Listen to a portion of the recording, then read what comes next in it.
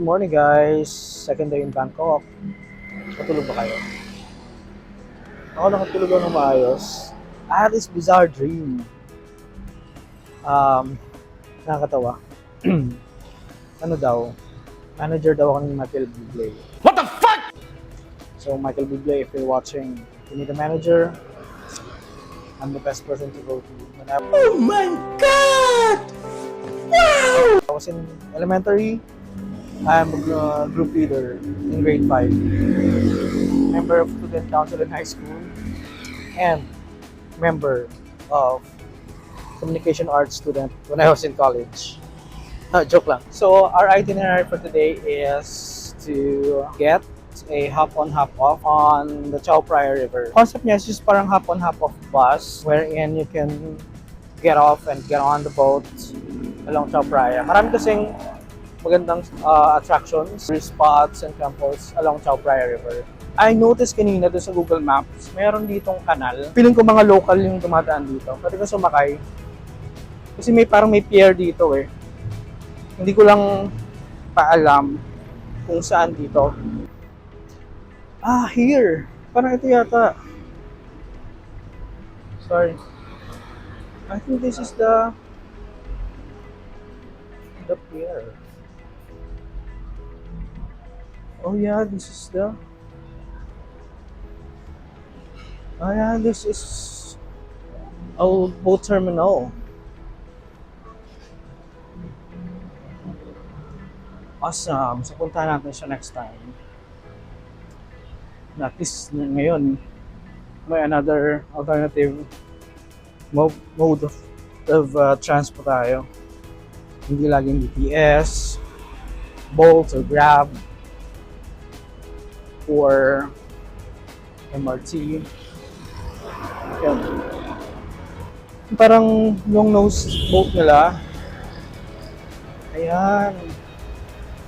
Hindi ko na-notice ito kahapon eh. O, diba? Yan pa isa oh. Puro local yung sumasakay dyan for sure. Malapit lang din siya papuntang doon sa mga train. A few moments later. Ayun guys, andito na tayo sa Chitlom BTS station. And I'll show you the route. So currently we are here. Here, Chitlom. Sakay tayo papuntang Siam. And then transfer tayo. Kasi dito tayo pupunta sa Pantaxi.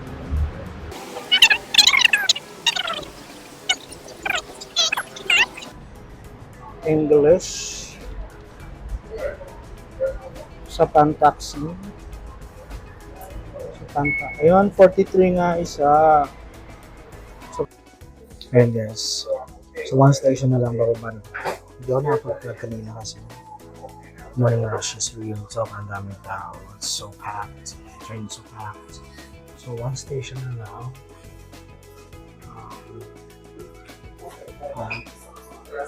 That should be our station.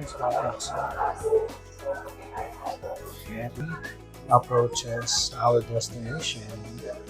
Central kasi yung nababaan natin. Parang first station siya nitong BTS Long Line. Galing kasi tayo ng Sukhumvit Line. Yung Siam. Central siya. So, we interchange part ng ayun lang. A few moments later. We're here. Dapat tayo sa Sathorn Care. Hanapin natin kung anong exit number siya. Nakalimutan ko na. Pumunta ako dito. Many years ago, dito ako dumaan papunta Grand Palace. Pero ngayon, what we're going to do is to avail the hop-on hop-off Chao Phraya River Cruise. Let's see kung anong exit kasi nakalimutan ko na. Sathorn Pier.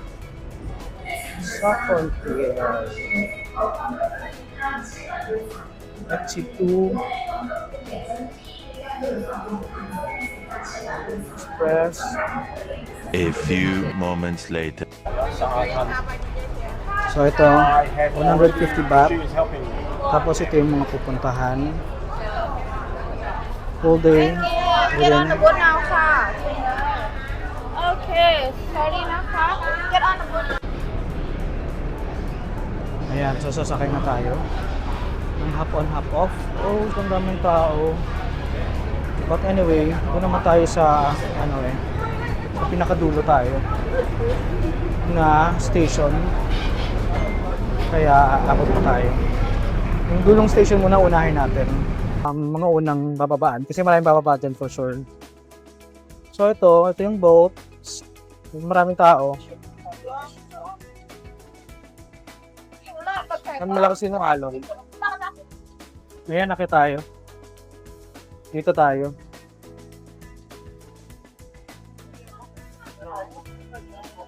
Maging daing na lang tayo.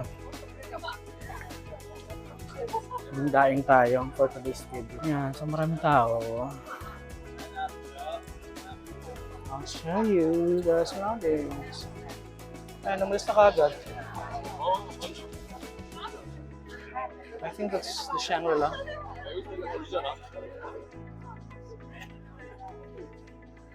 Tignan natin yung first stop. Sorry, nahihirapan ako.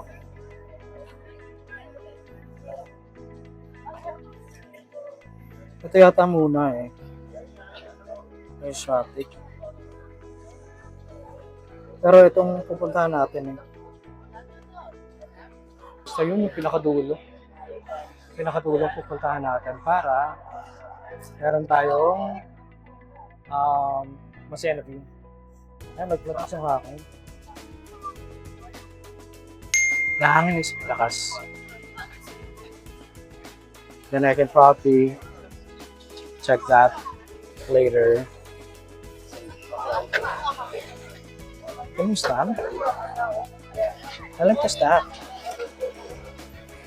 How you stand there? Yes, the light. Alright, so ayan. Ang ganda rin yung pinatanda mo.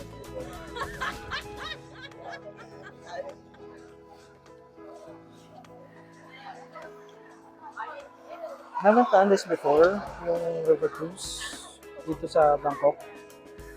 Dahil ang ginawa lang namin was diretso na ako ng Grand Palace.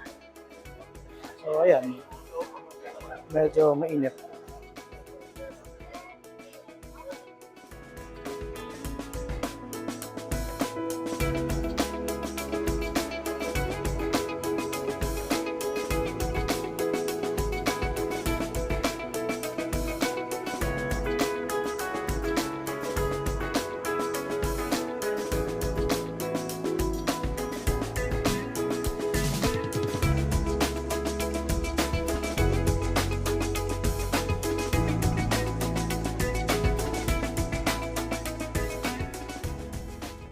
Ayun, nakababa na tayo sa pier, yung last pier, and 13, basta siya yung last na pupuntahan.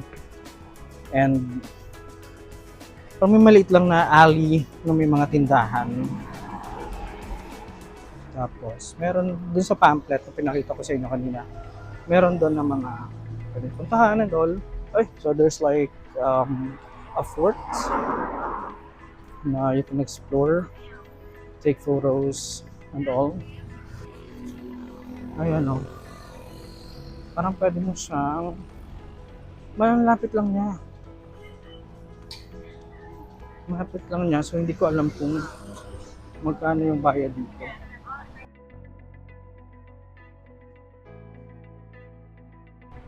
The typical brick wall.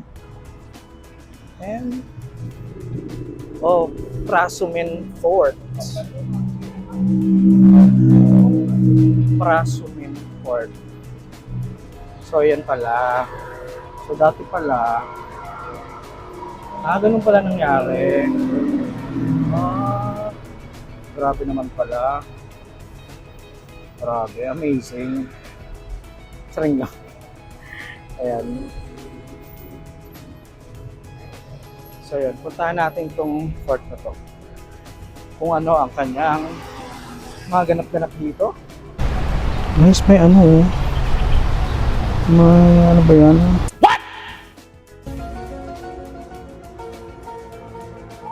May ano tawag doon? Merong ganun? Lizard? Ano, nakita niyo ba? Anyway, baka lumapit sa akin. Humingi ng pamerienda. Wala akong mabibigay. So, yun lang. Ayan na. There's a river. There's a river. There's a river. Ayun yung long nose or long-tailed boats. So relaxing here. Yan. Wala kang pera, wala kang baon. Gaya ko. Wala akong dalang kahit ano. Ito lang, upo lang. Tapos, muni-muni ka. Tanungin mo sarili mo. Tanungin mo yung sarili mo na bakit ko ba ginagawa to? Ganun. May enjoy mo na. Dito na yung ko sarili ko. Gusto ko ba talaga mag-vlog? The moment I put this out there on the internet, I'm opening myself for a lot of things, good and bad things, criticisms, mga puna, pangungutya. Siyempre, meron din namang mga positive. Yan ko lang kasi talaga is to share. Share with my friends and yung mga tao na trip yung trip ko. Yun. So, hindi mo nun may iwasan na hindi naman lahat type yung ginagawa mo, agree sa'yo. Meron magsasalita against you, meron magsasalita for you. At the end of the day, alam ba, mas bibigyan mo ng attention, ng focus, ayun ba, i-observe mo. Madali magsalita kasi wala pang nagsasabi ng ganun sa akin, wala pa ako nakikita na na direct attack sa akin. Pero, I'm sure na naman mag-a-attack sa akin, dahil hindi naman ako famous. Hindi naman ako kilala. Wala naman silang pakialam sa akin. A lot of your viewers are just interested sa mga ginagawa mo. At naghihintay lang na magkamali ka.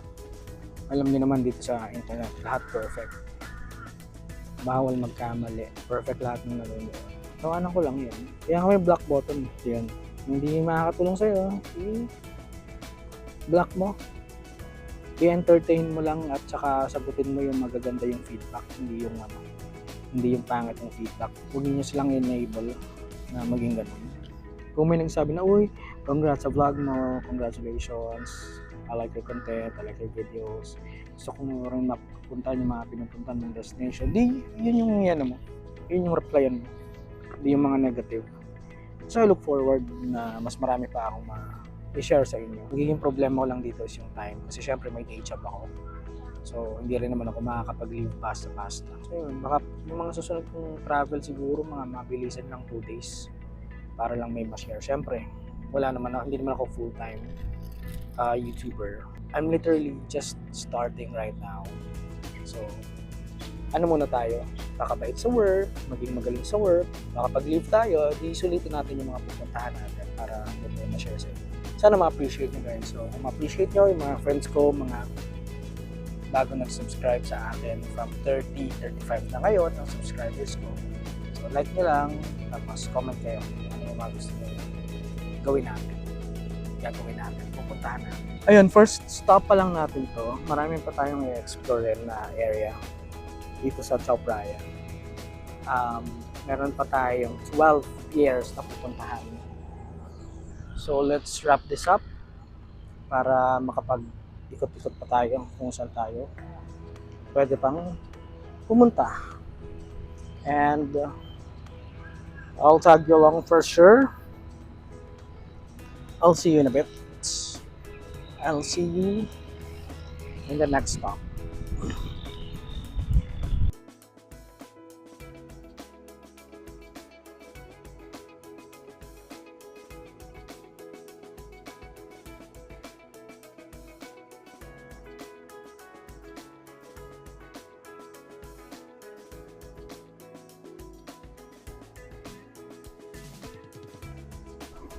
Alright, just like that.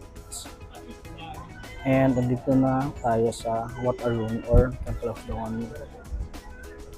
200 yung entrance, 200 baht each or per person. So from hop on hop off, it's just really by the pier, by the water. So pagka malapit na, ina-announce naman kung ano yung attraction sa next na stop. So sasabihin Wat Arun or Temple of Dawn. Then, pwede na kayong bumaba. Ayan siya, Temple of Dawn. Yan, medyo maraming tao. And this is really touristy. First time ko din pumunta dito, although nakikita ko na to before. Kaya lang hindi ko pa siya napuntahan. So, ayan siya. Maganda. Mamaya ikutin natin. Ay, may ibon eh. Alright, so ito ang kalagayan dito. So, maraming nagpapapicture talaga. And then, meron mga rent ng Thai costume.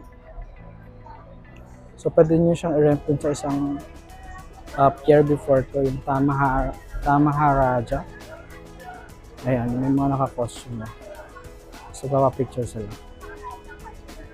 Di ba ang ganda? Ayan. Pwede tayong umakit doon. So, later on, naakit tayo. So, look at the details. Very intricate. Grabe. Sobrang intricate. Mamaya lalapitan natin. But right now, andito tayo sa baba.